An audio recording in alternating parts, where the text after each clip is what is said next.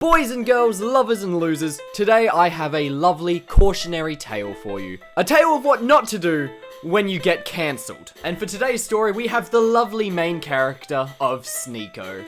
Yep, we're talking about this drama. For anyone that doesn't actually know who this fine gentleman is, he's a bit of a controversial figure. I mean, on his Twitter alone, he advertises how he has been banned on YouTube, Twitter, and TikTok. Context, it's currently 12 AM and I just realized I said Twitter instead of Twitch. So I really don't care. And neither should you. Thanks for understanding. And you're probably wondering, what did he do to get banned on 3 of the biggest platforms around? Well, he's an Andrew Tate clone. He's one of those guys. One of those guys that we love to have in our society. Oh god, here we go again. I swear, every time there is another story about these guys, it just hurts my soul a little bit more. Sneako is one of those guys who likes to believe that he is in fact the Giga Chad meme, when in fact he is one of these guys instead. He has very, very controversial views, he has very little empathy for others. Oh, and he is also one of those guys that sells an online course telling you how to make it big. It's great. I love this guy's content. Now you're probably wondering, there is a lot of other Andrew Tate clones out there, but not all of them are banned.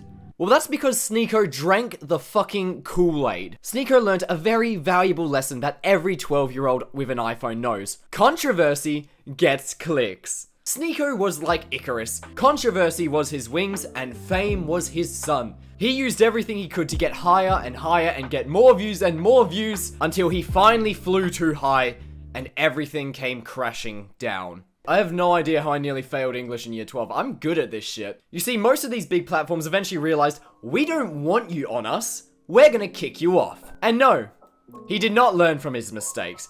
In fact, he decided to blame literally anything else but his own actions, leaving him in October with only a few platforms left for him to whine on. Skip forward a few months, and he's still whining on those same platforms. In fact, you've probably seen this tweet going around of Sneako's cute little collage of everyone he hates. Take a good look, people. These are the men responsible for our king's downfall. Definitely not himself. In case it wasn't obvious, this was Sneako's first big mistake. First off, Sneako, you can't get cancelled because of other creators.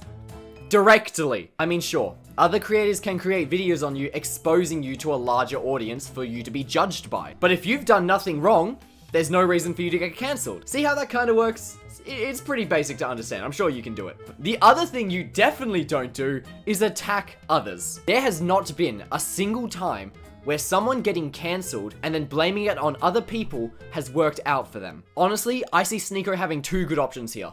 Number 1, you can apologize or double down. Now look, apologizing is usually the best action. Try and understand where you went wrong, and then pledge yourself to do better in the future. Of course, you can only really apologize if you see how you're in the wrong, which I highly doubt Sneako does. So of course, there's always the second half of this option, double down. This is definitely the bigger balls play. But if you truly believe in your heart of hearts that you did nothing wrong, then you shouldn't have to apologize. Doesn't mean everyone's going to respect you. It doesn't mean everyone's going to like that decision. But if you truly believe that you did nothing wrong, kind of respect the double down. But of course, there is also the second option you can take, and that is just to shut the fuck up and say nothing. If people continue to make videos on you, not giving them a response is sometimes a good move. You might get attacked at the start for not saying anything, but after a few weeks when the general public kind of gets bored of the story, you'll still be left with a sizable chunk of your fan base. Of course though, you see there's more runtime. This isn't the only mistake he made. This is probably the part of the story a lot of people are very aware of. You see, in his nice little collage, one of the people he put front and center is our boy Moist Critical.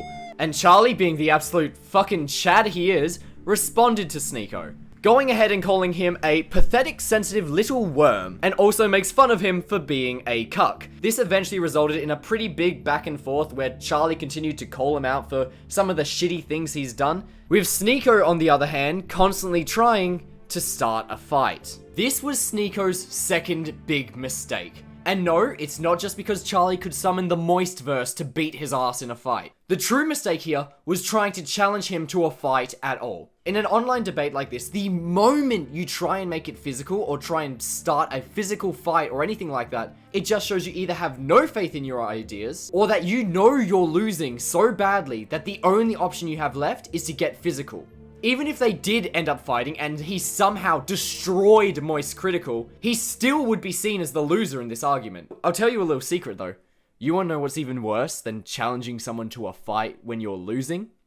It's continuing to do it after they've said no. Even after Moist Critical declined to take him on in a fight, Sneako continued to post things trying to egg him on. I would walk up to him and I would say the same stuff that you said in your videos. I would look him dead in the eye and say, all that stuff you said in your videos, say it to my face right now. And if I'm looking at Moist Critical, who looks like a fentanyl homeless dude, who looks like he stands at a playground, look at me and look at him.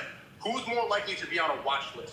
I swear, a 12-year-old understands this logic better than he does. I just don't understand how he doesn't see that challenging Charlie repeatedly after he's already lost the argument is just making him look desperate and pathetic. And of course, that brings us to today, where Sneako is still just as butthurt as before, and Moist Critical still is refusing to fight him. Not to mention a lot more people laughing at Sneako because of Moist Critical's amazing response to the drama. He's basically John Wick, just with better hair. My advice to Sneako, like I said earlier, is to either have a good hard look at himself and try and understand where he went wrong, or better yet, stop blaming other people and just move on. He should count himself lucky. He's still got a pretty big audience and there is still some platforms that lets him on there. For better or for worse, he still has a fucking voice.